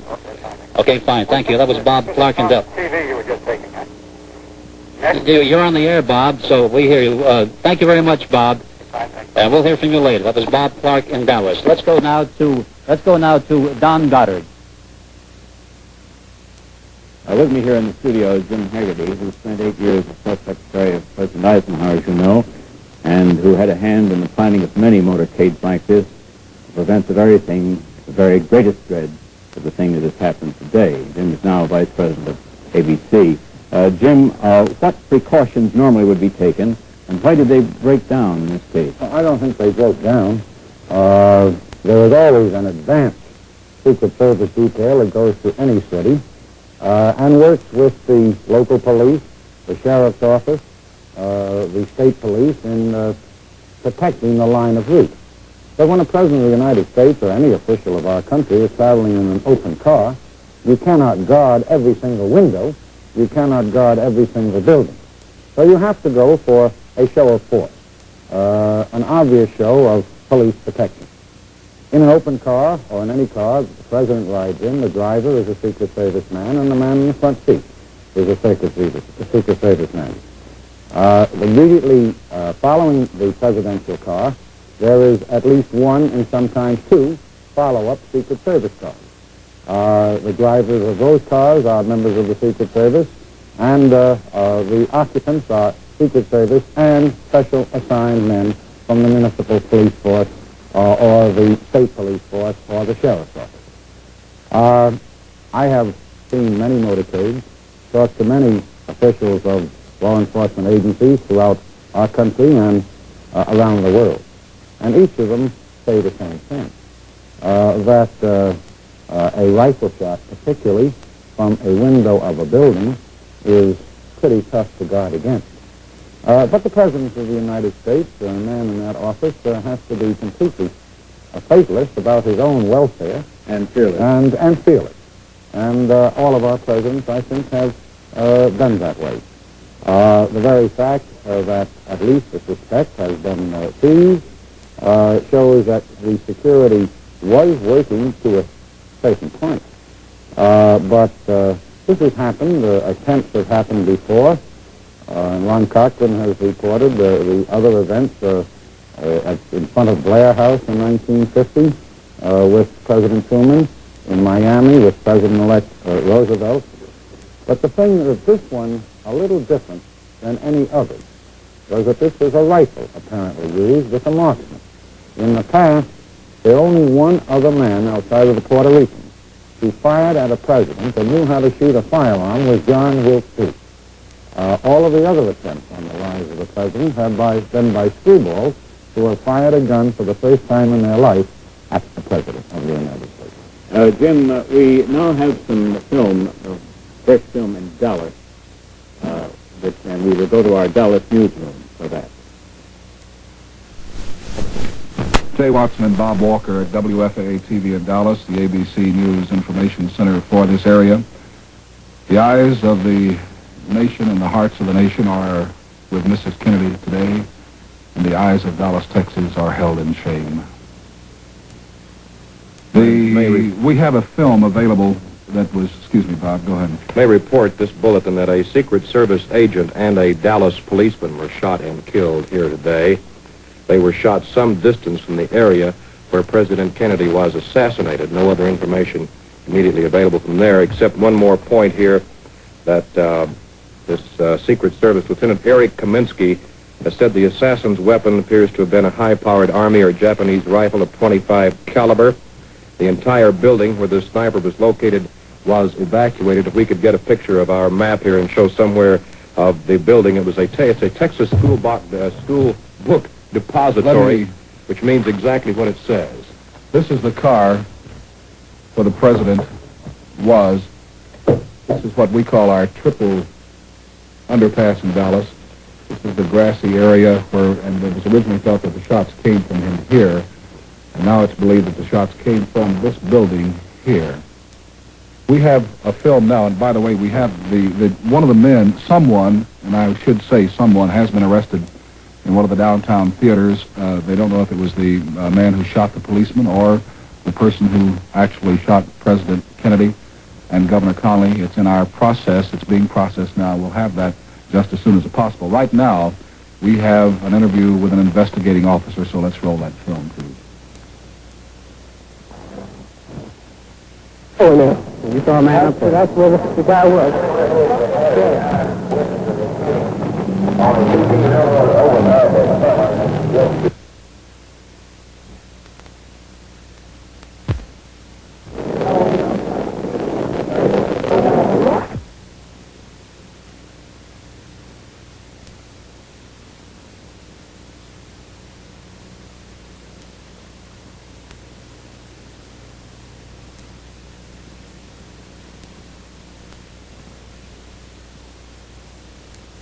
Here, open my mic. This is the, of course you realize that the film is unedited, and this is one of the parts of the film without the sound on it. This film was made in one of the investigators' offices here in Dallas, and we will have the interview in just a few moments. I'd like to repeat that we will have some videotape later in the day of the president's arrival at Love Field in Dallas at approximately 11:35 this morning, and 1 hour later the president was shot. This is filmed in Sheriff Bill Decker's office. Sheriff of Dallas County. The city of Dallas, well, I know... Sit down. Okay, Sawyer, your position. Inspector, please. What is the story here now? This is apparently the building that the assassin shot from. This is the building that the witnesses said they had seen a man up there, and some with a rifle. And also we found some empty rifle shells on the 5th floor. So he would have been directly above us? Directly above us. Indications were that he had been there for some time. Well, has the police department taken any precautions against such an incident? We thought we had taken all of the precautions that were necessary. But this particular building was not covered as were a lot of other buildings. Well, as it stands now, there is a suspect. There were witnesses. There are witnesses who saw the man. What did they see as far as the president and the governor? Well, several witnesses saw him slump over. The president? Yes. And the governor? And the governor, yes. You also understand a Secret Service man was in? This I do not know. I haven't received that information. How many policemen are there in the city of Dallas? We have approximately 1,300. I would assume they're all out right now. Yes, bulletin here. Police have arrested a white man in the Riverside section of Fort Worth in connection with the shooting of a Dallas policeman. The man has denied any connection with the assassination of President Kennedy. Of course, there'll be a lot of stories coming in like that. Everybody that's picked up here will be in some way or another connected. We do not know at this moment in Dallas, from the latest word we've gotten from our reporters, from the police chief, and from the sheriff's department, if any of the people arrested so far are actually the person who pulled the trigger. It seems like that the building that the shot was fired from is a building used by the state of Texas to store school books. It's an old building, a building that would be hard to cover. It stands over the viaduct as I guess there are 15 or 20 different places throughout the building that someone could be hiding to take a shot. I don't know of anything. I'd like to speak here for the city of Dallas. We are ashamed at the moment We are stunned. The whole world is stunned, but at this moment I don't think anybody could be more stunned than the people who live in our city.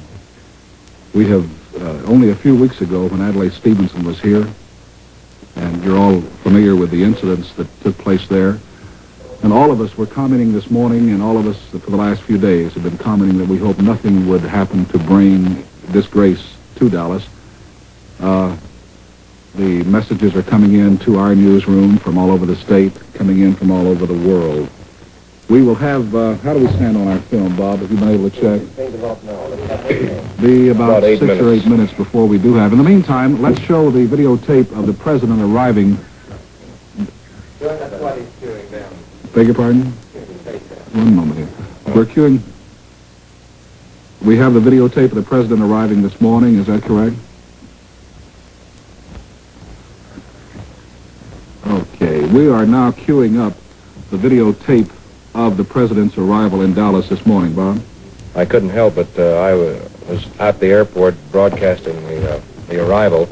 Couldn't help but mention how thrilled the crowds were that the president broke away from his normal routine and rushed up to the fences and shook hands with the hundreds of people, estimate now somewhere between 1,500 and 2,000 people at Love Field. And I couldn't help but remark how great spirits he was in, and his wife. Their Texas reception thus far had been just wonderful, better than suspected in Houston, perhaps not quite as good in San Antonio, I think above all expectations in Fort Worth. This morning he had stepped out in the parking lot and talked to 8,000 people in Fort Worth, and his wife wasn't along. A few people were disappointed. The president very jokingly remarked, well, it takes Jackie a little longer to get prettied up than it does me. And that's where she is now, he told the crowd. Then he went inside and addressed the breakfast meeting over there at the Texas Hotel where they had spent the night, and then came on into Dallas. And the Dallas reception was just tremendous at Love Field. The crowds roaring and cheering and straining forward to get a good look at the president. And then he and his wife broke away and came up smiling to the fences, walked all along that fence. And now let's see it. I think the videotape is ready of the president's arrival here this morning. There he is. He's waving at a lot of people, smiling, Secret Service men all around. Boy, this is something. They break right away and come right up to the fence. And the people who waited all morning in this fence are rewarded with a glimpse, and a lot of them with a close look and a handshake with the President of the United States and his wife. And he's coming right down toward us and toward our fine camera positions here. The press is having a field day. Somebody perched up on somebody's shoulders. Secret Service right along with the president, of course. The president passes right in front of a Dallas police officer, right in front of our cameras now. Somebody patted his shoulder, and Mrs. Kennedy coming along behind him, grinning all the while. The president saying, thank you very much, if I may be permitted to read a presidential lip movement.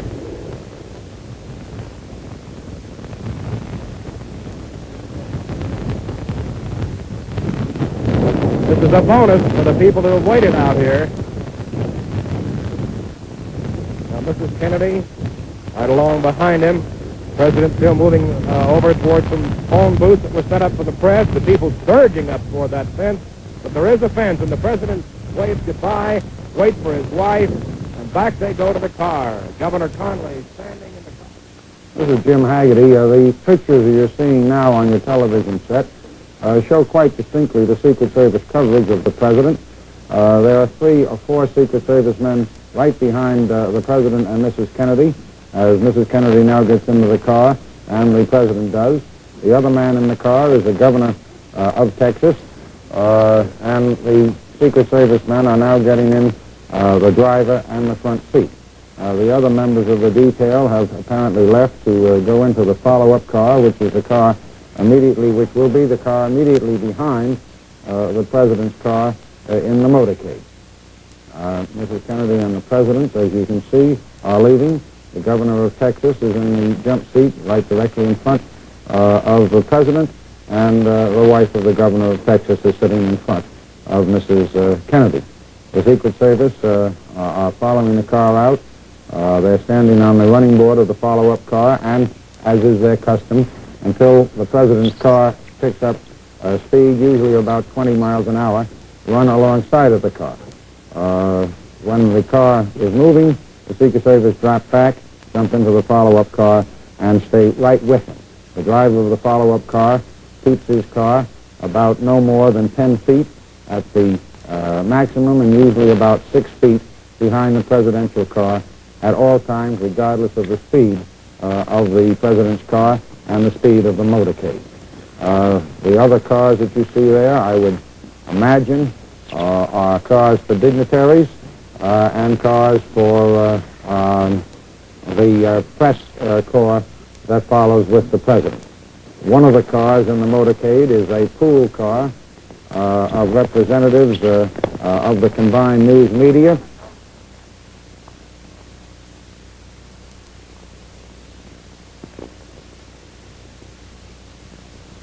There again you can see the Secret Service in the follow-up car standing on the running board.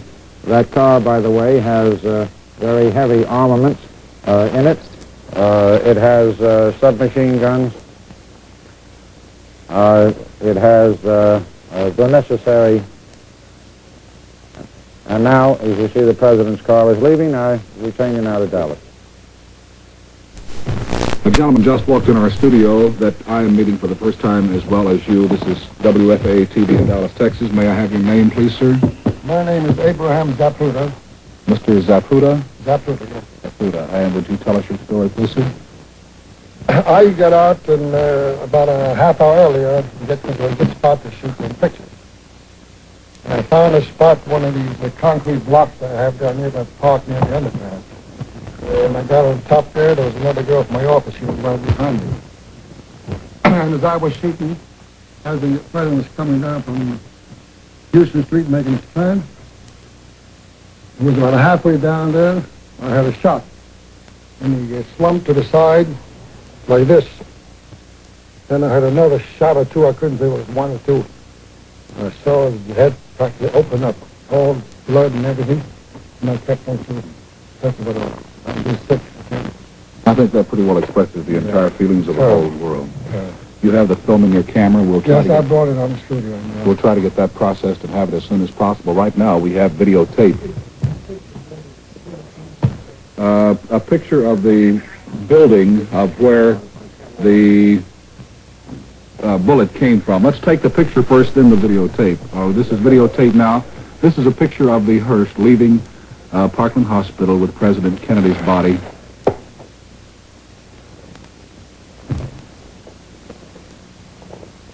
As I understand it, the body is being taken to one of the funeral homes here in Dallas.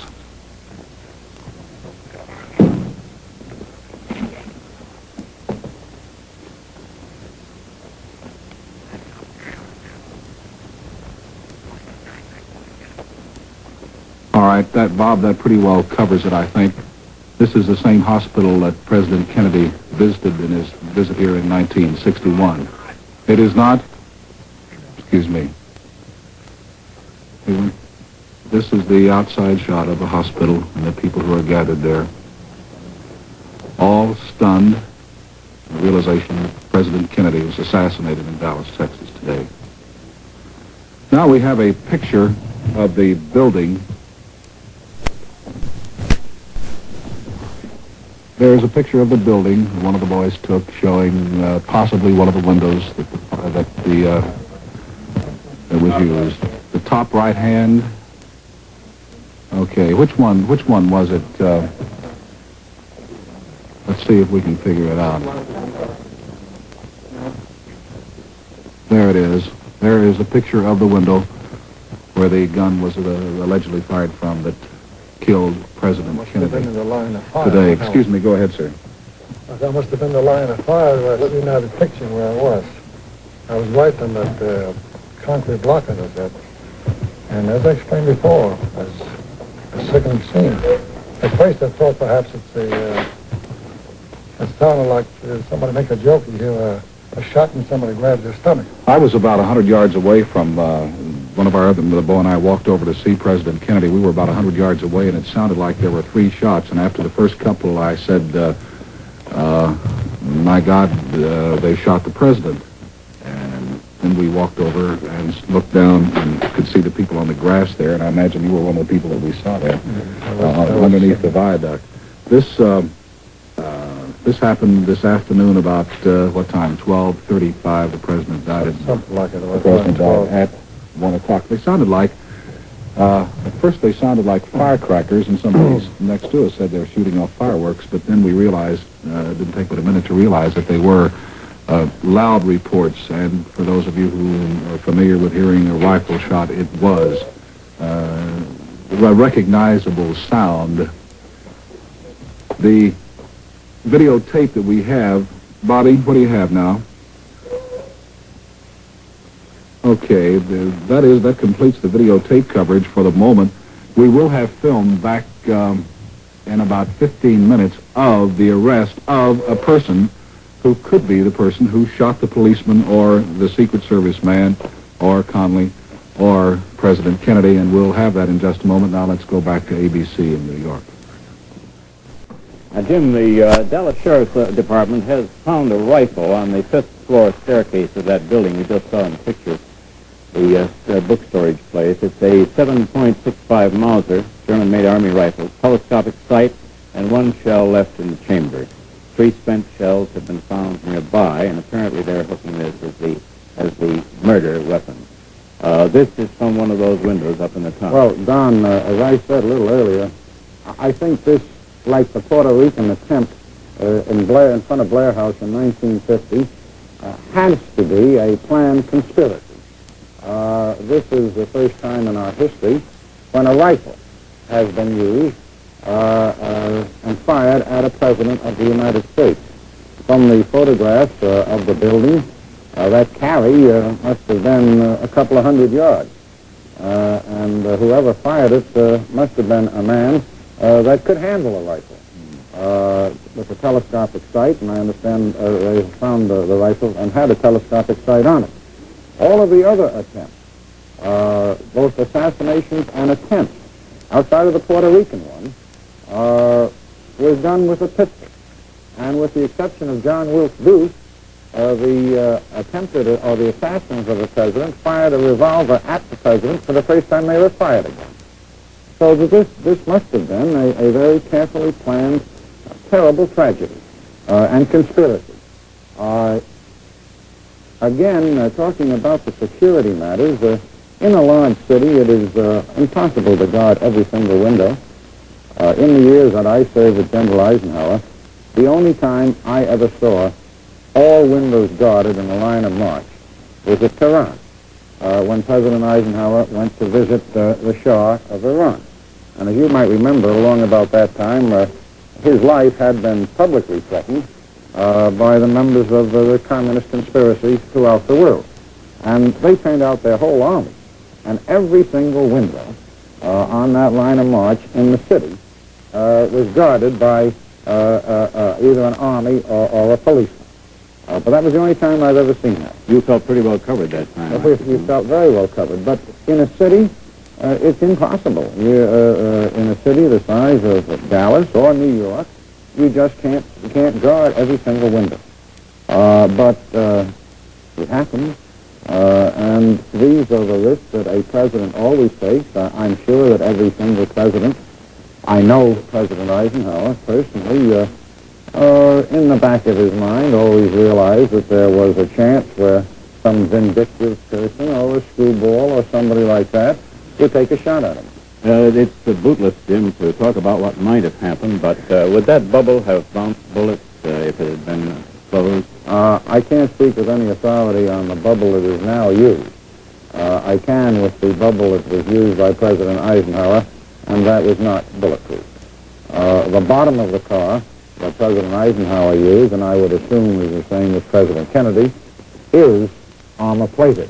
And that is for grenades that might be tossed, or a mine, or something like that. But the bubble on President Eisenhower's car was used to protect mainly from the elements, rain or drizzle, so that the people could still see him if it was raining or was drizzling. Well, this adds one to the case for conspiracy then, and the Dallas police are apparently trying to add another. They've arrested a 24-year-old man, Lee Oswald, in connection with the slaying of the Dallas policeman, and presumably the slaying also of the Secret Service man in another part of Dallas, which happened shortly before the president. Well, I was interested also, Don, in the reports from Bob Clark that after the shooting happened, the president's car and the follow-up car immediately left in a hurry, left the scene. This, again, is in line with security measures. And if anything happens, they get out of that place fast in case there are other people in the crowd that are ready. Yes. Jim, Jules Bergman is down in Times Square for reaction there. We switch to Jules.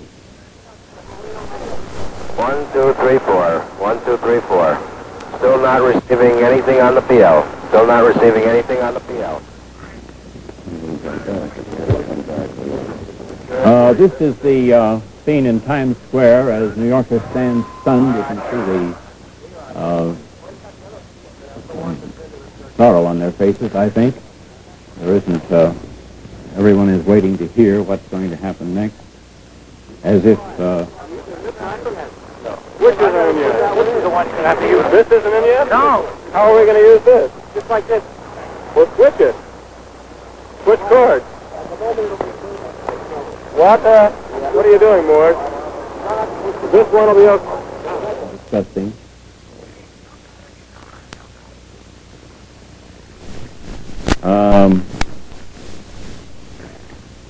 The New York City Police Commissioner has ordered all policemen to work from 8 o'clock this morning to be held in reserve to 8 o'clock at night to handle the crowds we have just seen in Times Square. Lou Ciaffi is standing by in Paris with the reaction from that stunned nation. We will listen to... 1.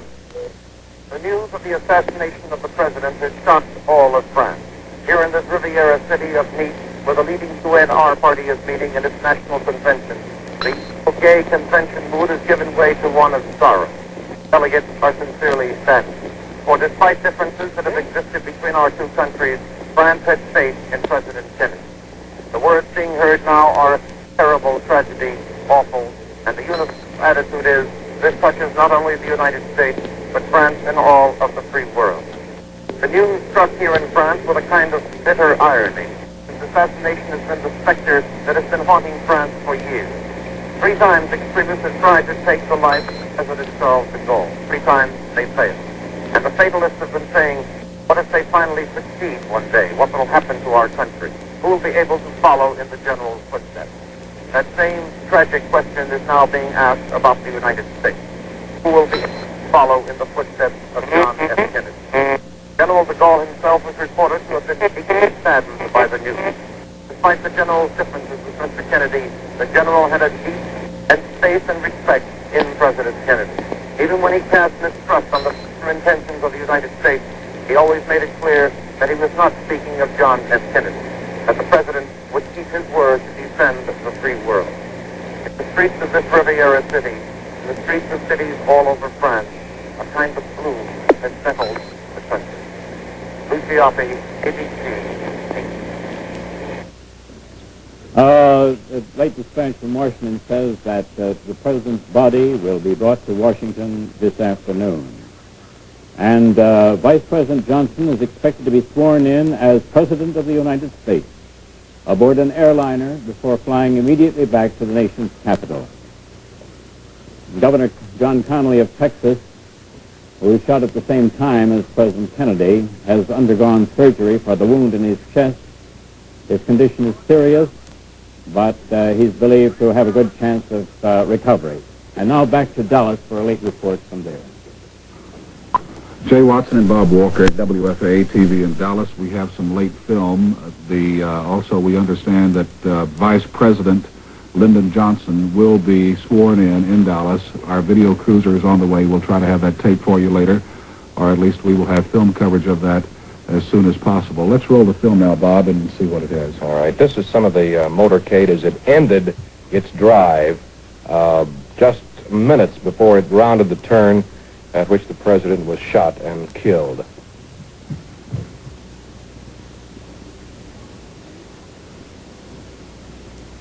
Some of the people on the streets. And I, just about a minute, I'd say 45 seconds before the president was shot, I was standing right in here and gave the president the applaud. He turned the corner. There's the president and Mrs. Kennedy just minutes before he was shot. Mr. Haggerty explained, too, that that dome was not on, as you can see there. Now we're getting down. Right here is where it took place. Just as you saw... Now, here is the spot where the president was killed. This is the building which the shot was fired. In a minute, you'll see a policeman or someone crawling in. Where is the window where the shot was fired from? Now you see policemen with guns, suspecting perhaps the man was still in the building. Bits of chicken, food particles were found in the building indicating he had been there for some time. The weapon has been found. I do not have the exact make of it. They found it on the 6th floor of this building. I just learned that. A German Mauser, I believe, is what it was. That's out in front of the Depository, Texas. Right. This was just minutes after the president was shot.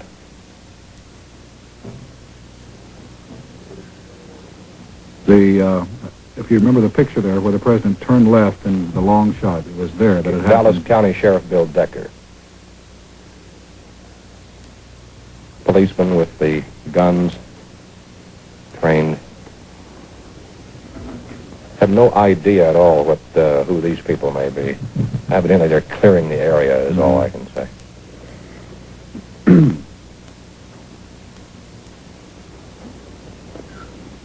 President John F. Kennedy has now been dead an hour and 49 minutes.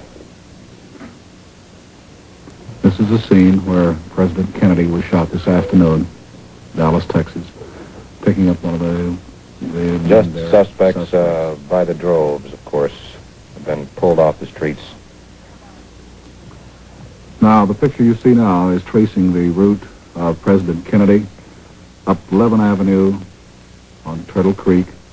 Now we're coming into the main part of Dallas. There's City Hall. He turns left, right on Houston Street, and right there is where the president was shot. The films that you have just seen. The trademark up the top of the picture is where he was set to give an address at 1 o'clock, incidentally, the minute he expired. Okay, Bob, I see that Ron Ryland is. Let him scoot in here and tell what he knows. I think he had the film, shot the film of the man that was arrested. Sit down. This was Ron Ryland. You can imagine the confusion that's going on in the city of Dallas today, not only in our newsroom, but in all the newsrooms. Ron, tell us what you know. Well, I've just come back from Oak Cliff at the Texas Theater on West Jefferson Street. Let me explain that Oak Cliff is a part of Dallas. Yes, sir, it is. We joined a police motorcade that was dashing to the Texas Theater where they had a report of a man coming in there that was armed. Just prior to that, a police officer had been shot in that area, been shot with a .38 caliber automatic. We went to the scene. About, I would say, 200 or more police officers went into the theater and found a man sitting in the second row from the back that was armed with a shotgun. The crowd, of course, I imagine, connected this with the slaying of the president. Yes, sir. Any man I think it is armed in Dallas today is a suspect at the moment. The officers converged on this man, grabbed him up, and hustled him out of the theater, all the while he was protesting against the police brutality that they were working him over in one thing and another. They dragged him out. The crowd proceeded to push the officers aside and try to get at the man, screaming murder and all, and they do believe that it was almost a lynch mob. Ron, did you just shoot the film that we just looked at? I just got in, Mr. Watson. I haven't seen the film. Why don't you bring him in? Let's let him. We'll run the film again and let A.J. talk about it. Excuse me, go ahead now. Do you know exactly what kind of gun that they found over at the book? Yes, sir. They have just found the weapon that they believe is the assassination weapon. It is an Argentine 6.5 Mauser that had a 4-power scope on it. Also, in this same area, they found a bag of chicken. They found several bottles of soft drink. In other words, the man had been planted there for some time. He could have been there for quite some time. Yes, sir. I assume that he'd been there for possibly overnight because he did have several things there to eat. Do you have, excuse me, I've just received word that Lyndon Johnson has been sworn in as President of the United States. More background material on that in just a few moments from New York. I'll repeat, Lyndon Johnson is now President of the United States. He was sworn in just a few minutes ago at Love Field. Our boys are coming back to the studio here at WFAA-TV with that film, and we'll have it in just a few moments. Let's look at the film again, Ron, and you narrate it this time because you were there. This is the film we showed just a few minutes ago. Go ahead. Well, this is just prior to the parade. Everyone was sitting around having a good time. I do believe it was a very fervent welcome for President Kennedy. Everybody seemed to be enjoying it. And the President made a statement earlier how pleased that he was with the turnout in his reception in the Dallas-Fort Worth area. Yeah, I think that everybody was just real happy. As the motorcade came down the street, the crowd all times broke loose and dashed out, shook hands with him. This is Main Street. Everybody just seemed to be enjoying and having a good summertime outing. Right. Now, in just a few moments, you'll see almost the exact spot where the president was shot. Right in this area on down the road. Yes, so this is a bookstore, a Texas bookstore, right where these officers are, is where the man was supposed to have been on the 6th floor. This is where they found the rifle. Right. It was on the 6th floor behind a bunch of boxes stacked in behind them. The crowd gathered quickly. The officers descended on the area and tried to keep people back, but of course everybody swarmed in, and I guess the roof just sort of fell in on Dallas at this moment. It has. We went in with the Secret Service officers. We covered every inch of the building from the roof to the basement, and finally they did discover this gun on the 6th floor. There was no sign of the man. About 6 or 7 witnesses said that they had seen this man, but of course at a time like this everybody sees everybody, and it's hard to tell which is true and which is not. The Secret Service agents, the FBI officers all guarded the doors, would not allow anyone in the building or out. Therefore, I do believe that you'll find that these are exclusive films. I think as far as the building itself, this is Sheriff Bill Decker, Dallas County Sheriff. These are officers, and as you notice, they're all armed with riot guns, shotguns, machine guns, everything possible in an attempt to apprehend this man. I do believe that he'll never be taken alive. But you do believe it? Well, I don't think they'll allow him. I'm afraid this man at this point is so disrupted he may just do away with himself, if anything else. That's the conversation we've had here. The crowd swarmed in and did not necessarily hamper operations or anything like that, but more suspects here, I guess, huh? They were all taken over to Bill Decker's office where they were interrogated. Anyone who had said that they had seen anything at all, whether it was actually with the shooting or leading up to it, people hanging out of windows, the sheriff took him over and started to interrogate them. One of our newsmen, Mal Crutch, said that he saw the rifle come out the window. That's it from Dallas, Texas for the moment. We will have more film, and we will have film of Vice President Lyndon Johnson being sworn in later in the day. Now let's go back to New York. Lyndon Johnson is now President of the United States. He succeeds the President Kennedy, who held him in high esteem and had his every confidence.